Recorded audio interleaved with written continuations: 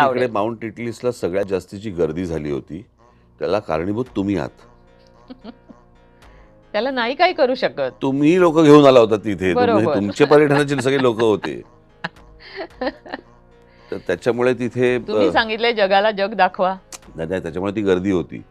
त्याच्यामध्ये अजून एका कंपनीचे पण लोक होते आणि मी काय झालं ते माउंट इटलीस वगैरे ते सगळं आलो, वरून खाली आलो आणि मी असं समोर बघितलं तर मला पहिल्यांदा, मी त्याच्या अगोदर गेलो होतो, पण पहिल्यांदा मला असं दिसलं की समोर एक वडापाव आणि कॉफी असं लिहिलेलं दुकान दिसलं. हं.